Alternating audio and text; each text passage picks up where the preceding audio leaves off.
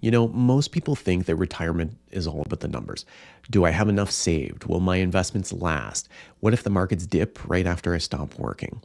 But after 15 years of sitting across from retirees, I can tell you this. The hardest part of retirement isn't financial at all. It's psychological. And if you've ever had that strange, quiet Monday morning after leaving work, you already know what I mean. For decades, you wake up with purpose. You've got meetings, routines, people counting on you. You know where you fit in the world. Then one day, it all stops. No alarms, no deadlines, no coworkers waiting for you. And at first, it feels like freedom. You get to sleep in, linger over breakfast, maybe play around a golf or two. But a few weeks in, something unexpected starts to creep in. And that's the silence, the space, the question, now what? I remember one client, let's call her Linda. She retired at 62. Her finances, they were perfect. She had a defined benefit plan, she had RSPs, no debt, and it was a beautiful plan on paper. Now, a few weeks later, she called and she said, Adam, I thought I'd feel relaxed, but I feel off, restless, like I lost part of myself. Now, that moment always sticks with me because Linda did everything right. She planned meticulously, but emotionally, she wasn't prepared for the identity shift. When we stop working, we don't just lose income. We lose structure, identity, momentum, and recognition. Work quietly gives us something very human, and that's a scoreboard. It tells us that we're still contributing. It gives us rhythm. Now take that away, and suddenly your brain panics. It looks for something to measure itself against. That's why many retirees fill every hour with tasks, renovations, volunteering, even part-time work. It's not about money, it's about meaning. Now, psychologists call this loss aversion. We feel the pain of losing something twice as strongly as the pleasure of gaining something new. So even though retirement is a gain of freedom, it also feels like a loss of control. Now, our brains crave certainty. For 40 years, your job gave you predictable feedback. Finish a project, get a result, get paid. Retirement removes that cause and effect loop. And here's the kicker. Money doesn't automatically just fill that gap. You can have $2 million in savings and still feel uneasy because the emotion isn't about wealth. It's about identity and stability. That's why I often say that retirement isn't a math problem. It's a behavioral one. When we design retirement plans, we're not just mapping cash flow. We're mapping confidence. Now, let me share what real retirement planning actually looks like. It's not just about investment portfolios and withdrawal strategies. Those are the tools. They're important ones, but they're just 1/5 of the entire picture. Now, true planning has 5 pillars: income, taxes, risk, estate, and behavior. Now, most advisors focus on the first 3. Few talk about behavior, how fear over caution or guilt can derail even the best plan. Behavior is the glue that really holds the other 4 pillars together, because if your brain doesn't feel safe, you won't follow any strategy, no matter how good it looks on paper. I'll give you an example. A couple I work with, let's call them Mark and Susan. Their plan showed that they could spend $8,000 per month comfortably for the rest of their lives, but they refused to draw more than $5,000 a month. Now, why? Because it feels safer. Their plan wasn't failing financially, it was failing psychologically. So what did we do? We built what I like to call a confidence curve. We automated their income, regular deposits, tax withheld, just like a regular paycheck. And once that structure returned, their anxiety dropped. Nothing about their portfolio changed, but their behavioral environment did. And that's real financial planning. When you stop earning a paycheck, your brain still wants one, not in dollars, but in validation. You need a reason to get up, a way to feel useful, connected, and accomplished. And for some people, that's volunteering. For others, it's mentoring, traveling with intention, or finally creating something that maybe you never had the time for before. The happiest retirees that I've met share one thing. They replace their financial paycheck with an emotional one. Now, every retiree goes through 3 invisible phases. First is the honeymoon phase, and this is about freedom, excitement, and new experiences. Then comes disillusionment. This is where the novelty starts to fade, and the question, is this it, starts to appear. Finally comes reconstruction. This is where you rebuild purpose on your own terms. Knowing that this cycle exists really helps to normalize it. So when that dip actually hits, you don't panic or think something is wrong. You just recognize, okay, I'm in the messy middle here. And like any transition, it's temporary. Another big one, control. Work life gives you levers to pull, efforts in, results out. In retirement, markets move, interest rates change, inflation headlines start to scream at you, and you realize how little control that you actually have. So you try to find it elsewhere, watching portfolios daily, tinkering, holding too much cash. That's the illusion of control.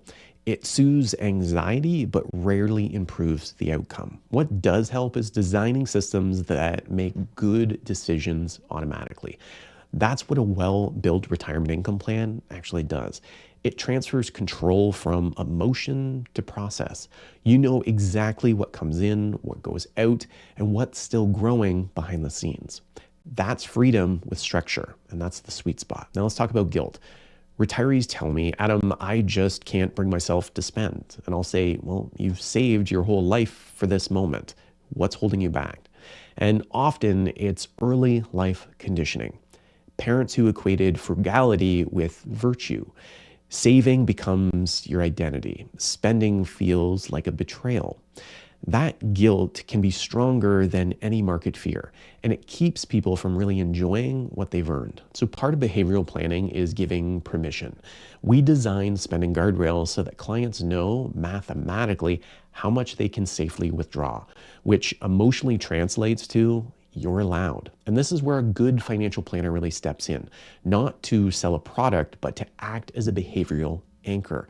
Because when markets start to shake or headlines shout, your planner keeps you from overreacting. They're going to remind you of your goals, your plan, and your process. And a real planner isn't just there for the setup. They're a partner through the messy middle, a voice of reason when emotions are really loud. That's why choosing a planner isn't a transaction, it's a relationship. You're picking the person who will walk beside you for decades, someone who understands numbers and human nature. Here's the big difference I wish more people understood. Product advice, that's selling something to fill a gap. Planning advice builds a roadmap so you don't fall into one. Product advice answers what to buy, and planning advice answers why, when, and how it fits your life. In real retirement planning, investments are tools that serve a bigger purpose: your desired lifestyle, your tax efficiency, your peace of mind. But none of that matters if it doesn't actually align with how you actually behave. Behavioral finance isn't about judging mistakes. It's about understanding patterns.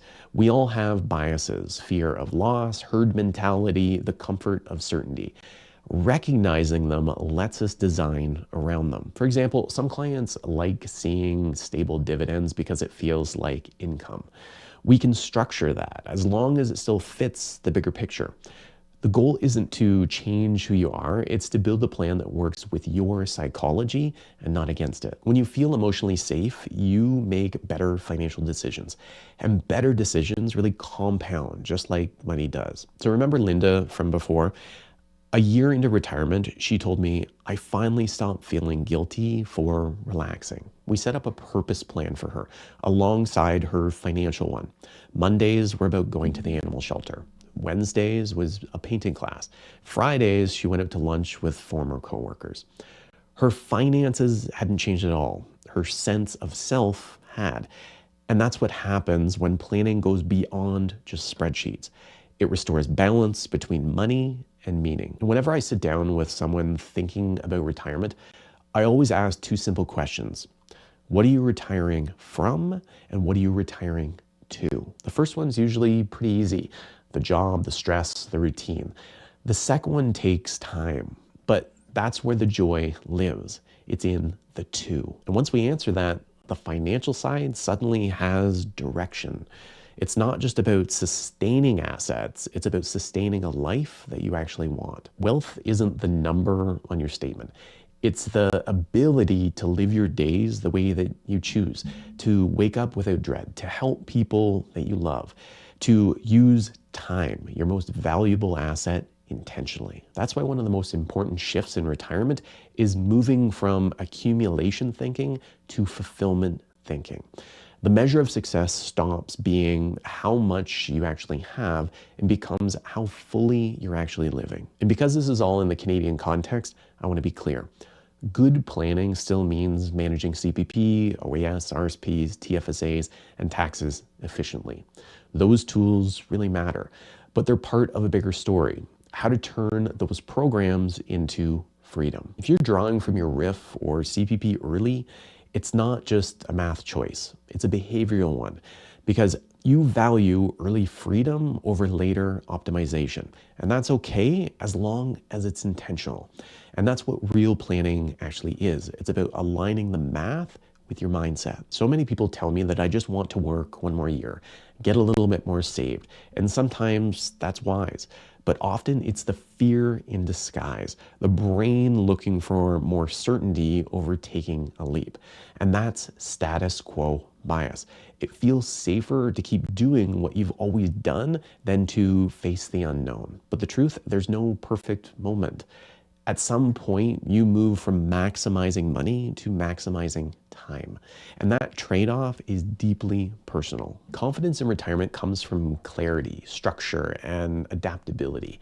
Clarity about your goals, structure on how money flows in and out, adaptability when life starts to throw curveballs. And that's why I love behavioral planning. It builds systems that absorb uncertainty. It gives you room to live, not just survive spreadsheets. And when someone finally hands in that notice, I say, congratulations. You're not just ending something, you're beginning something new. And that's why I remind them, for the first few months, it's okay to feel weird.